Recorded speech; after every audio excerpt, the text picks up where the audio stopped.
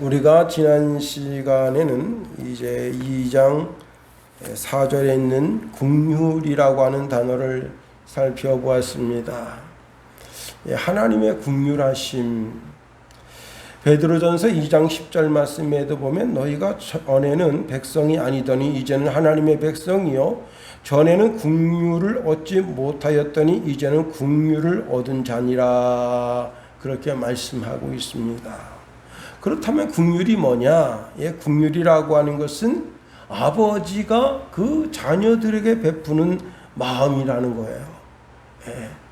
아버지가 그 자녀들에게 베푸는 무한한 사랑의 마음, 아들을 안아주고 제일 좋은 옷을 입히고 손에 가락지를 끼워서 재산권을 사용할 수 있게 하고 발에 신을 신겨서 그 집의 주인인 것을 표시해 주고, 그 아들 때문에 동네 사람들, 유력한 자들을 불러서 우리 아들이 이렇게 죽었다가 되살아났다고 하면서 잔치를 베풀어주는, 살찐 송아지를 잡아서 잔치를 베푸는 그런 아버지의 사랑이 바로 긍휼이다 하는 겁니다. 또 이 긍휼이 어디에서 나타나는가 가만히 들여다보면 하나님께서 되도 안 되는 인간을 향해서 언약을 맺어 주셨습니다. 하나님 마음 자신이 변할까 봐 아브라함에게 약속을 맺어 주시는데, 그 아브라함에게 맺어 주신 약속이 이삭에게, 야곱에게 이렇게 흘러가게 됩니다. 자, 이스라엘 백성들이 이제 애굽 땅에서 400년 있다가 나오게 되겠다 말씀하셨습니다. 그때 그들이 애굽이 너무 좋은 거예요. 애굽이. 그래서 여기가 좋사오니하고 아주 마음 푹 놓고 있으니까 하나님께서 그 바로의 마음을 강팍하게 해서 그들의 노동을 아주 고되게 하고, 그리고 이제 남자아이가 태어나면 죽이게 하고, 그런 악정을 베풀어서 이제 애굽에 대한 정내미가 떨어지게 하는 거예요. 그리고 그들이 하나님께 부르짖어 기도할 때 하나님께서 그 아브라함과 하신 약속을 기억하시고 그들을 애굽에서 빼내 주시는 겁니다. 뿐만 아니라, 자, 우리는 그 아름다운 긍휼하심을 받은 사람들이에요. 예수 그리스도 안에서 그 긍휼하심을 받은 사람들이에요. 우리가 받은 긍휼은 예수 안에 있는 거예요. 예수가 바로 우리의 긍휼의 근본인 거예요. 그러니 예수를 받은 사람마다, 예수를 믿는 사람마다 다 하나님의 긍휼하심을 받고 있는 거예요. 예수 사랑, 내 사랑. 그래서 예수가 그렇게 좋은 거예요. 오늘은 그 긍휼하심이 풍성하다 하는 겁니다. 여러분 4절 말씀 자세히 들여다보세요. 긍휼이 풍성하신 하나님이 우리를 사랑하신 그 큰 사랑을 인하여 긍휼이 풍성하다. 풍성이란 말 들어봤죠? 제가 옛날에 서울에 있었을 때 거래하던 카센터 이름이 풍성 카센터였어요. 풍성하다. 그래서 이런 풍성 카센터, 이 풍성이라고 하는 단어를 잘 사용하지 않는데 어떻게 해서 이 풍성이라는 단어를 쓰게 됐습니까? 그랬더니 차를 딱 보더니 우리도 예수 믿습니다. 그래서 어느 교회 다니십니까? 그랬더니 여의도 순복음교회 다녀요. 그래서 그분이 참 차를 잘 봐주셨고 그래도 좀 많이 좀 DC 좀 해주셨던 기억이 납니다. 자, 풍성, 긍휼이 풍성하신, 이 풍성이라고 하는 말은요, 국어적인 뜻으로는 넉넉하고 많다 그런 뜻입니다. 그런데 이 풍성이라는 단어를 헬라어로 보면요, 단순하게 넉넉하고 많다 그런 뜻이 아니라 가득 차 있다는 거예요. 우리 김성훈이가 이제 이 강대상에 있는 물을 그냥 자각게 된 그 물을 넉넉하게, 풍성하게, 찰랑찰랑하게, 가득 채워져서 풍성하다, 흘러 넘친다 그런 뜻입니다. 결과적으로 이로 인해서 충만하여 부자가 되는 것. 문자적으로는 자기 자신의 이름으로 표시한 것들이 점점 많아지는 것. 그것을 풍성이라 하는 겁니다. 예, 시골에 가면요, 요즘 소 그 귀에다가 이렇게 인식표가 있죠. 예, 그게 자꾸 많아지는 거예요. 그게 풍성해지는 거예요. 그게 점점 줄면 안 돼. 점점 많아져야 되는 거예요. 한 마리 사서 맺는데 한 마리가 새끼를 낳고 2마리가 되고 2마리가 또 새끼를 낳아서 4마리가 되고 4마리가 8마리가 되고 막 곱으로 막 늘어나는, 우리 순양교회도 이런 전도의 역사가 있어서 자꾸 늘어나게 되기를 예수님의 이름으로 축원해 드립니다. 제가 이제 월요일 날 이발을 했는데요, 이 미용실 원장님이 자기 땅으로, 자기 이름으로 된 땅이 380평이 있대요.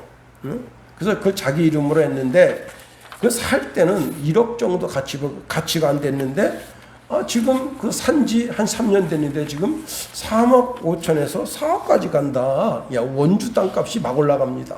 그런데 그 자기 동생이 그 땅이 좀 이렇게 처졌다고 거기 갖다가 모래를 사서 거기다 이렇게 채워서 굉장히 높였대요. 그랬더니 서로 거기다 집 짓겠다고, 그 땅 팔라고 그러는데, 지금 그 땅을 어머니한테 이렇게 그 땅을 이렇게 물려받았는데 받은 지 2년밖에 안 됐어요. 그래서 앞으로 6년은 있어야 된다. 왜냐, 그렇지 않으면 세금으로 다 뺏기니까. 예, 그러면서 좋아가지고, 목사님 저도요, 이렇게 그냥 땅 380평 받았는데 3억 5천에서 4억 간답니다. 저도요 억대 부자예요.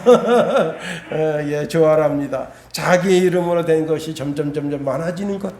여러분, 많은 그리스도인들이 좋아하는 시가 10편 23편인데요. 그 가운데 5절 말씀에 보면, 주께서 내 원수의 목전에서 내게 상을 베푸시고 기름으로 내 머리에 바르셨으니 내 잔이 넘치나이다 그랬습니다.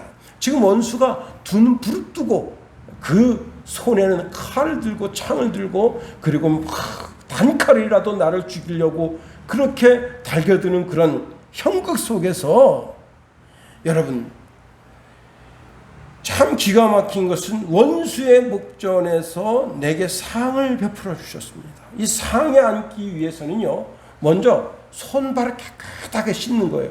하녀가, 특별히 이제 10살, 12살, 그 정도 되는 그 집에 최고 이제 나이 어린 하녀가 그 얇은 손가락으로 발가락 사이에 그 때 있는 걸 그냥 손가락을 이렇게 부벼가지고 때를 딱 닦아줍니다. 그렇게 해서 이제 수건으로 물기를 싹 제거해서 의자에 앉아서, 그리고는 어떻게 하죠? 상을 베풀어 주는 거예요. 만찬을 베풀어 주는 겁니다. 그 만찬에는 여러분 참 포도주가 있고 떡이 있고 살찐 고기가 있고, 그걸 만나게 먹는 거예요.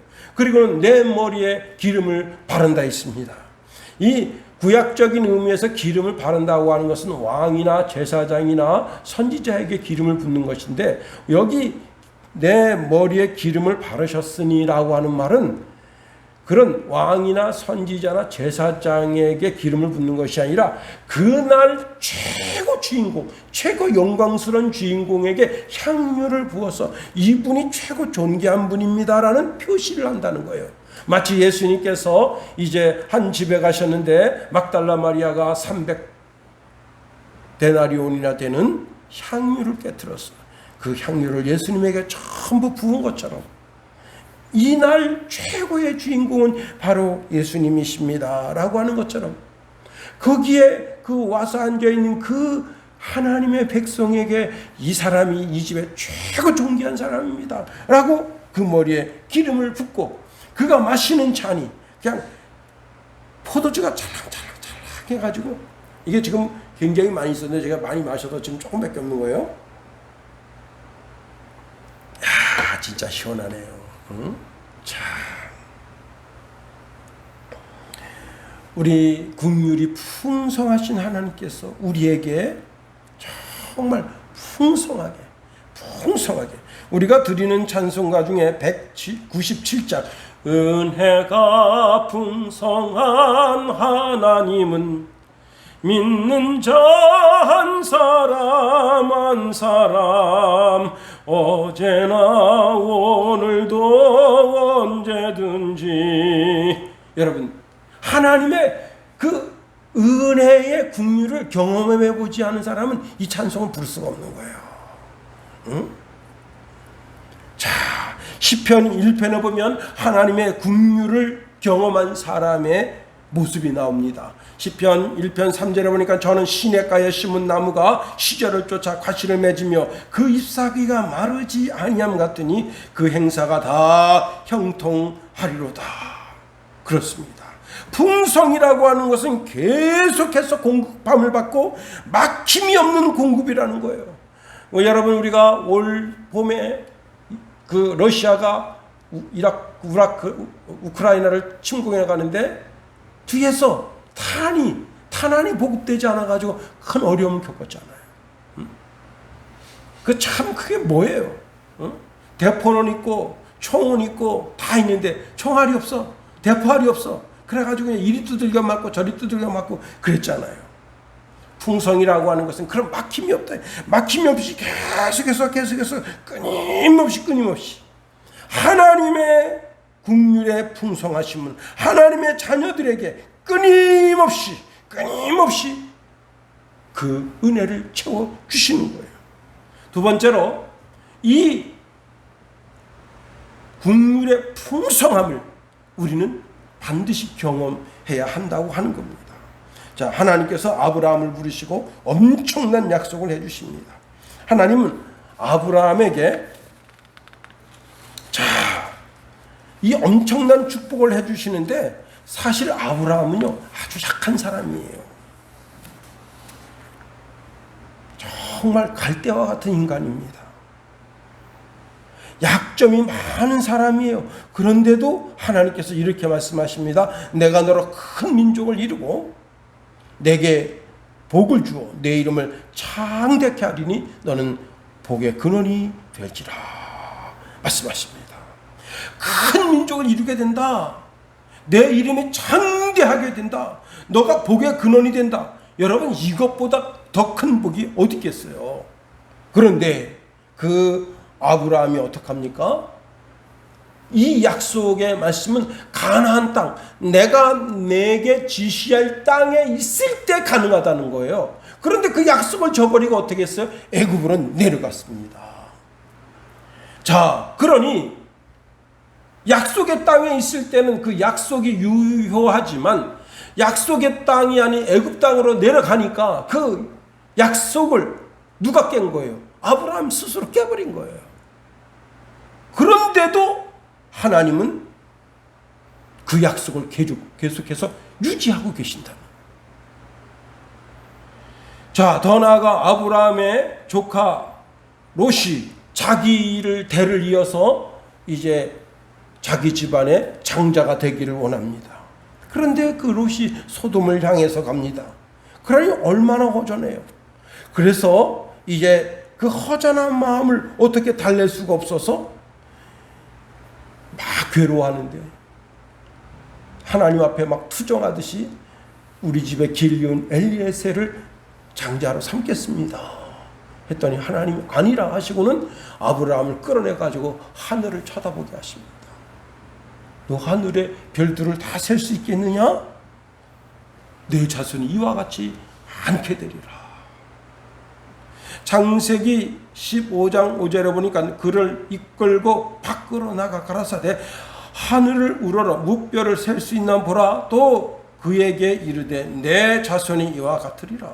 창세기 22장 17절에 보면 내가 내게 큰 복을 주고 내 씨로 크게 성하여 하늘의 별과 같고 바닷가의 모래와 같게 하리니 내 씨가 그 대적의 문을 얻으리라. 어마어마한 축복을 해주시는 거예요. 아브라함은 자기가 하나님을 믿음으로 말미암아 엄청난 축복을 자기 삶 속에 경험하게 된 겁니다. 자기 아내를 빼앗길 수밖에 없는 상황이에요. 아브라함은 힘이 없어요. 자기 이름으로 된 사병 하나 없는 거예요. 자기를 위해서 죽어줄 사람 아무도 없어요. 그런데 하나님께서 그 바로 궁에서 자기 아내를 되찾게 하고, 그리고 아브라함을 수치스럽게 했다고 해서 아브라함에게 이제 예물을 보내서 내가 당신을 수치스럽게 했으니 나를 용서해 주시오. 그리고 나를 위해서 기도해 주시오. 여러분, 한 나라 왕이 아브라함이 탁 가가지고 아브라함이 축복 기도해 주니까 그 바로가 씨가 없었어요. 장자가 없었는데 태의 문이 열려서 그 가문을 잇게 되는 그런 일이 생기는 거예요. 하나님 잘 믿읍시다. 예. 하나님 잘 믿어드립시다. 이스라엘 백성들이 출애굽하는데 물이 없어요. 참, 이스라엘 백성들이 여호와의 명령을 따라 신 광야 르비딤에 이르게 됐습니다. 그런데 물이 없어요. 그래서 백성들이 화가 난 거예요. 막 모세에게 대듭니다. 우리에게 물을 주어 마시게 하라. 그러니까요. 여러분, 오죽했으면 물 달라 했겠어요. 응?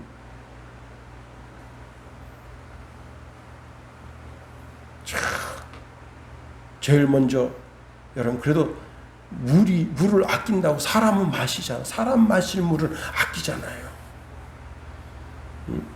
이번에 뭐 인도 뭐 환경부 장관인가 우리 겐제스 강이 물 깨끗하다고 마셔도 된다고 마셨다가 큰 탈 나가지고서는 병원에 갔다잖아요. 그런데 그런 물조차도 없는 거예요. 뭐 광야에 무슨 물이 있어요. 그래서 사람 마실 물을 아껴둬요. 그런데 벌써 짐승이 상태가 틀려요. 물을 여러 날 못 마셔서 짐승도 정신이 헷가닥합니다. 자, 어른은 참을 수 있어. 애들이 실신해 버리는 거예요. 눈이 획 뒤집어져. 그거 보면요, 부모가 진짜 이게 그 속된 말로 야마가 도는 거거든. 제정신이 아니야. 자기 애가 눈이 이래 있으면요, 부모가 눈이 확 뒤집혀지는 거예요. 정신이 이상해지는 거야. 모세한테 가서 막 삿대질하는 거야. 그래가지고 하나님께서 모세에게 방법을 내십니다. 네 지팡이 들고 가서 반석을 쳐라. 그런데 여러분, 반석을 쳐서 물을 내는데 그 아차산에 얼마 전에 이제 파주에 사는 형님을 만났는데 이런 얘기를 해요. 그 페트병 요만한 거 하나 들고 물을 이제 거기 쪼쪼쪼쪼 물 나오는 데가 있어가지고 물을 받으러 갔는데 어떤 사람이 페트병 20개 정도 가져서 물을 받습니다.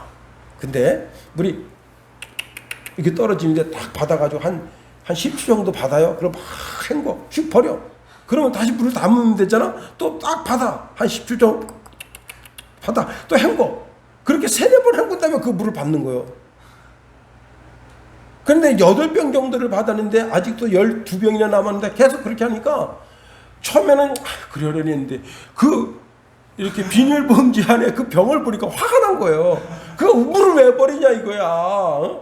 그런데요, 처음에는 사람이 3-4명밖에 없었는데 쫙 세는데 20명 정도 사람이 쓴 거예요. 저 뒤에 사람은 뭔지도 모르고 계속 기다리고 있는 거야. 그래가지고 형님이 화를 냈어요. 아니 여보시오, 한 번만 부시면 되지 그걸 그렇게 2번 3번 부시자. 그러니까 내 맘이라고. 아니 내 맘이고 네 맘이고 그렇지. 지금 당신 때문에 지금 20명 정도가, 다른 사람들은 다 페트병 하나 물 받으려고 그러는데 당신은 병 20개나 가져와가지고 말이야 그거 담는데 그러면 좀 8개나 담았으면 다른 사람 물 좀 담으라 하지. 그때 내 맘이라고. 자꾸 이 사람은 내 맘이라고. 그래가지고 이제 거기서 옥신각신 그러는데 이 형님이 쌈을 이제 붙였는데 거기 계속 있으면 쌈 될 것 같고 쓱 빠졌더니 거기 20명이 다 달려드는 거예요. 그 한 사람한테. 근데 그 한 사람 못 이겼다는 거예요. 그 사람이 끝끝내 자기가 그 자리에 앉아서 좀 떨어지는 거 20개 받아갔다. 야, 근데 다시 모세 현장으로 갑니다. 자, 모세가 벽을 쳐서 물이 나오는데 이렇게 나오면 어떤 일이 벌어질까요? 지금 내 아기가 물을 못 마셔 죽어가고 있어요. 부모가요, 눈 뒤집히는 거야. 여기는 뭐 왕자 아들이라서 귀하고 쌍놈 아들이라서 덜 귀하고 그런 거 없어요. 여러분이 한번 성지순례를 가야 되네. 그 가서 봐야 돼. 그냥 그 땅바닥에서 물이 나오는데 어떻게 물이 나오냐면, 여러분 이번에 참 큰 비 내려가지고 우리 약사천에 물 흘러갔어요. 그렇게 물이 흘러간다고 그냥. 응? 여러분 2015년도 사우디아라비아에 압사 사고가 나는데요. 슬림 들른 하지 행사 중에 메카의 카바 신전에서 약 5km 떨어진 미나라고 하는 곳에서 악마를 내쫓는다고 하는 그 악마의 기둥에 돌을 던지는 자마라트라고 하는 그 행사가 있는데, 거기 예언자 아브라함이 악마의 유혹을 이겼다는 뜻에서 그 성지순례의 절정이래요. 그래서 거기에서 돌을 던지는데 사람들이 서로 돌 던지겠다고 막 달겨들어서 얼마 압사되는 줄 알아요? 2,000명 압사됐어요. 2,000명. 공식적인 숫자가. 제가 언젠가 한번 말씀드렸죠. 서른도, 채지나 뭐 이런 사람이 상주에 있는 그 공설운동장에 가서 거기서 노래한다. 그러니까 그때 5시부터 하는데 사람들이 아침 새벽부터 할머니 할아버지들이 몰려드는 거예요. 그러면 문을 미리 열어서 최고 좋은 자리에 가서 앉게 해야 되는데, 이것들이 그냥 문을 꼭꼭 걸어 잠그고 있다가 4시 10분 20분 정도 되는데 안 열어. 언제 문 열냐고 말이야. 빨리 열라고. 그런데 사람들이 꾸역꾸역 막 몰려들었는데 문을 싹 여니까 노인네들이 못 걸어요. 늦게 온 젊은 힘센 놈들이 밀어붙이니까 그날 7분이가 밟혀서 돌아가셨죠. 여러분, 물냄새를요, 짐승들도 맡아요.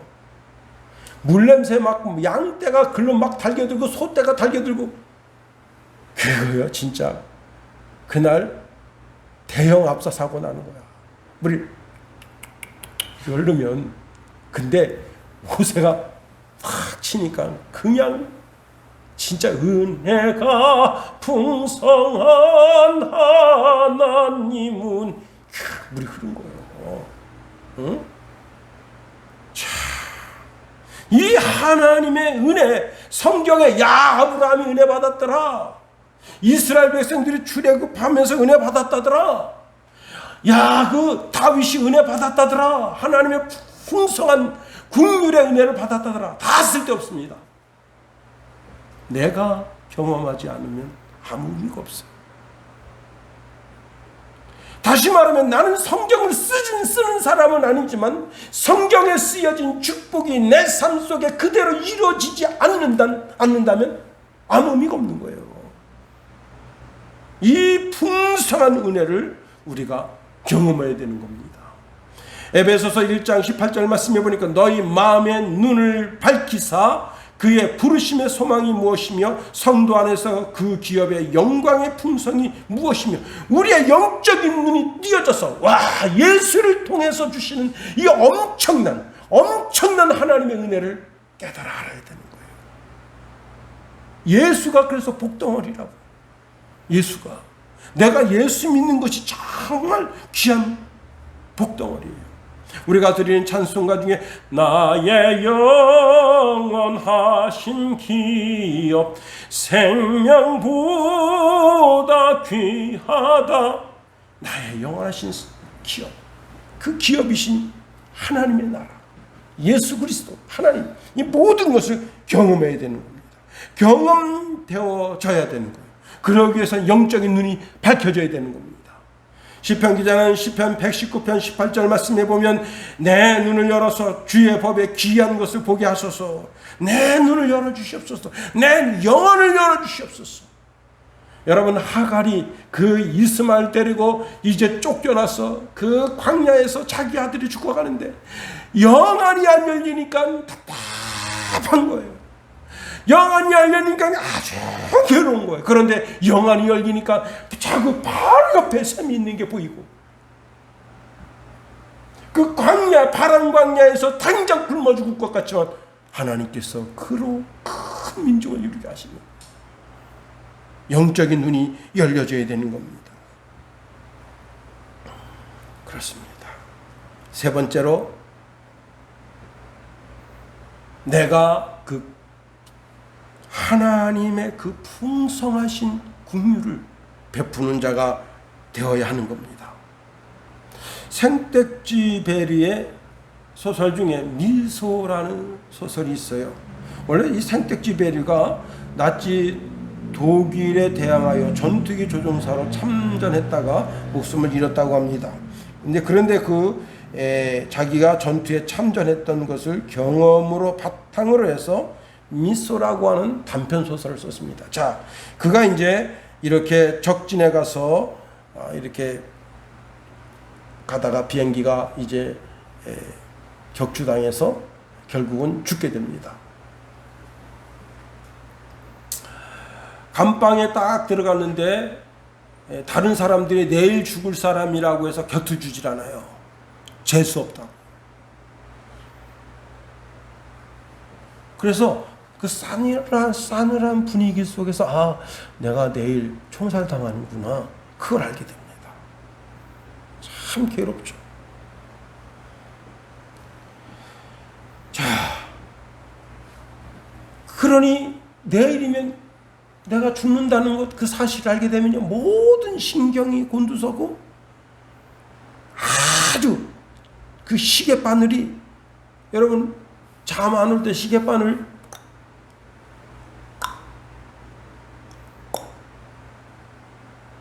이렇게 가는데 신경이 곤두서면 시계바늘 이렇게 가는 것 같다. 한 1분 1초 그 시간이 얼마나 아깝습니까? 내가 내일이면 죽는데, 내일 오전 10시면 총살당하는데, 참 모든 신경이 곤두서서 참 참기 어려운 고통의 시간을 보내는데, 자기 주머니를 이렇게 뒤지는데 담배 한 개 피가 있어. 그래서 그 담배 한 모금을 빨아야 되겠다고 담배 한 개 피는데 성냥이 없어. 그래서 이제 다른 죄수들한테 성냥기 있느냐 했더니 아주 싸늘한 시선으로 쳐다보면서 다 없다 합니다. 근데 새창살 밖에 간수가 있는데 간수한테 혹시 성냥 있느냐. 그러니까 그 간수가 불쌍하잖아요. 내일이면 죽을 놈인데. 그래서 이제 창살로 다 이렇게 곁눈을 보다가 눈이 마주쳤는데 그에게 성냥을 빌려줍니다. 그래서 성냥을 탁 켜서 담배를 탁 붙여줄 때 그때 이 주인공이 미소를 싹 지어 보였어요. 그러니까 그 간수도 계면쩍게 그 미소를 지었습니다. 그러면서 서로 이야기가 오고 가게 됐습니다.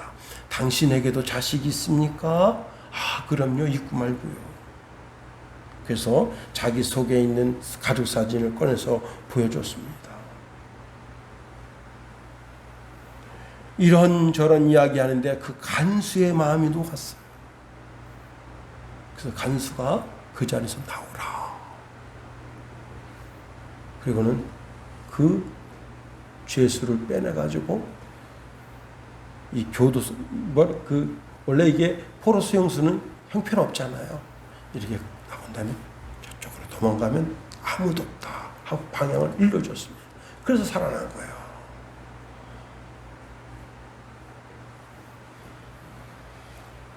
여러분, 간디가 미소에 대한 시를 썼습니다. 제가 그 시를 읽어드릴게요. 그 사람에게 미소를 지어주세요 라고 하는 마하트마 간디의 시입니다. 미소는 힘들이지 않고 주는 일을 가난하게 만들지도 않고 받는 일을 부유하게도 해줍니다. 미소는 잠깐밖에 지속하지 않지만 그 기억은 영원할 수가 있습니다. 아무리 부자라도 미소가 필요 없는 사람은 없고 아무리 가난해도 미소조차 짓지 못할 만큼 가난한 사람은 없습니다. 미소는 집안의 행복을 낳게 하고 일 가운데 지탱이 되어주고 모든 고통의 치료제가 됩니다. 실망한 사람에게 용기를 북돋아주고 슬퍼하는 사람에게 위로가 되어줍니다. 미소를 사거나 빌리거나 훔칠 수 없습니다. 가끔 미소 지어 주기를 바라던 사람이 당신에게 미소 지어 주지 않을 때 당신이 너그러이 먼저 미소를 지어 주세요. 미소를 지을 줄 모르는 사람만큼 미소가 필요한 사람이 없기 때문입니다.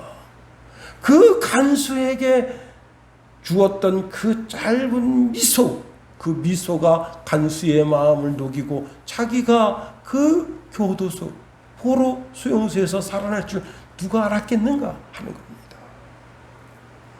미소는 우리가 아주 쉽게 다른 사람들에게 베풀 수 있는 긍휼이다. 나는 당신의 적이 아니고 친구라는 표시입니다. 미소 짓는 사람은 미소 받는 사람에게 싱그러움을 주고, 미소 짓는 사람은 그 마음속에 이미 풍성한 긍휼이 있다고 하는 표시를 하고 있는 거예요. 한 물리치료사가 자기 삶의 이야기를 쓰는 공간이 있어요. 거기에 자기는 늘 웃는데요. 사람들이 물리치료실에 오면은 물리치료실에 순 기구들이에요. 그 팔을 18번씩 오른쪽 팔을 18번 돌리세요. 왼쪽 팔 18번 돌리세요. 발목을 자전거를 지어세요. 그 사람들이 와서 그 자전거를 거기 탑니다. 어렵게 자전거를 타는데 끼끼끼 이런 소리 나고 자전거에 팔 돌리면 끼룩끼룩 소리 나고. 그런데 이 물리치료사가 그 사람한테 미소를 지어줍니다. 안녕하세요. 아유 힘드시죠? 용기를 내세요. 그러니까 사람들이 자꾸 그러는 거. 아니 선생님 왜 자꾸 웃으세요? 그래서 이 물리치료사가 이런 말을 합니다. 이 병원에서 그 어떤 사람도 웃어주는 사람이 없습니다. 그러니 나라도 웃어야죠.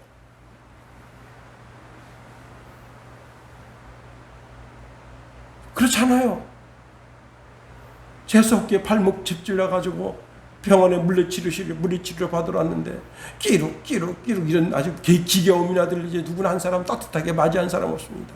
그런 가운데 미소 지으면서 아유 괜찮아요. 한 열흘 정도 물리치료 받으면 나아집니다. 응? 자, 우리는 이미 하나님께로부터 하나님의 풍성한 은혜와 긍휼을 경험한 사람들이에요. 그러니 먼저 우리의 긍휼을 베풀어 주시기 바랍니다. 누가복음 10장 25절 28절에 보면 어떤 율법 교사가 예수님을 떠보려고 물었습니다. 선생님, 사람이 영원한 생명을 얻으려면 어떻게 해야 합니까? 그랬더니 예수님 물으셨습니다. 모세의 율법에 어떻게 하라고 기록되어 있습니까? 그랬더니 율법교사가 말합니다. 내 마음을 다하고 내 목숨을 다하고 내 힘을 다하고 내 뜻을 다하여 주 너의 하나님을 사랑하라 하였고 또 내 이웃을 내 몸과 같이 사랑하라 하였습니다. 예수님이 이렇게 말씀하십니다. 예, 당신 대답이 옳습니다. 그 말씀 그대로 행동하며 사세요. 영생 얻는 비결, 방법이 뭐냐? 하나님을 사랑하고 내가 하나님을 사랑한다는 그 표시로 이웃을 향하여 하나님의 긍휼하심, 사랑하심을 드러내는 것이 영생이다. 베드로가 이렇게 묻습니다. 예수님, 형제가 내게 죄를 범하였으면 몇 번이나 용서해 주어야 합니까? 7번 해야 합니까? 당신은 3번 용서해 주면 최고 많이 용서해 준 거라고 랍비들의 가르침이 있었어요. 예수님 이렇게 말씀하십니다. 7번씩 7번뿐 아니라 77번씩 70번이라도 용서해 주어라. 그리고는 예를 들어 주셨어요. 그 예가 뭐냐면 한 사람이 1만 달란트 빚을 졌어요. 금 1만 달란트면 이건 어마어마한 거예요. 상상할 수 없는 돈이야. 금 1만 달란트면요 얼마냐? 34만 킬로그램이에요. 34만 킬로그램 금. 야, 지금 금 한 돈에 지금 35만 원 돈 한다네요. 예, 어마어마한 돈입니다. 근데 그 임금님이 그 빚을 탕감해 줬습니다. 근데 이 사람이 돌아가다가 자기 친구를 만났어요. 근데 그 사람은 자기한테 백다니엘을 졌는데, 그동안 이리 피하고 저리 피하고, 내가 그냥 그 돈 받으러 가면 갈 때마다 요리 피하고 저리 피하고 그러다가 딱 맞닥뜨렸어요. 근데 갑자기 우라통이 확 도지는 거에서 멱살 잡고서는 이 자식아 말이야. 꺼간 지가 언젠데 말이야. 왜 안 갚아? 그리고 그놈을 멱을 잡아가지고 자기 집으로 끌고 가서 창고에다가 집어넣어 버린 거예요. 이 임금님의 신하들이 보니까 이 사람 행위가 너무 악해요. 자기는 금방 지금 1만 달란트 탕감받았는데, 그 100다네리온 빚진 사람 그걸 탕감을 못 해줘? 그래서 주인한테 꼬자지를 한 거예요. 임금님, 조금 전에 1만 달란트 빚진 놈 있죠? 그놈 탕감해 주셨잖아요. 그놈이 여기서요. 가다가 자기한테 100다네리온 빚진 사람, 그 사람을 용서하지 않고 붙잡아가지고 자기 집 창고에 갖다 가뒀습니다. 그리고는 그 마누라, 그 자식들한테 그 100다네리온 갚지 않으면 여기 이 광에서 안 풀어준다고 지금 엄포를 놓고 있습니다. 임금님 화가 났어요. 여봐라, 아까 그 1만 달란트 그 차용 증서 불태웠냐? 아직 안 태웠습니다. 당장 그놈 잡아들여라. 그리고는 이렇게 말합니다. 야 이놈아, 내가 너놈한테 1만 달란트 빚을 탕감해 줬으면 그 100다니엘은 빚진 사람 그 탕감해 줘요. 그게 옳은 것 아니냐. 말씀에는 이렇게 되어 있습니다. 마태복음 18장 33절에 보니까 내가 너를 불쌍히 여김같이 너도 내 동관을 불쌍히 여김이 마땅하지 아니하냐.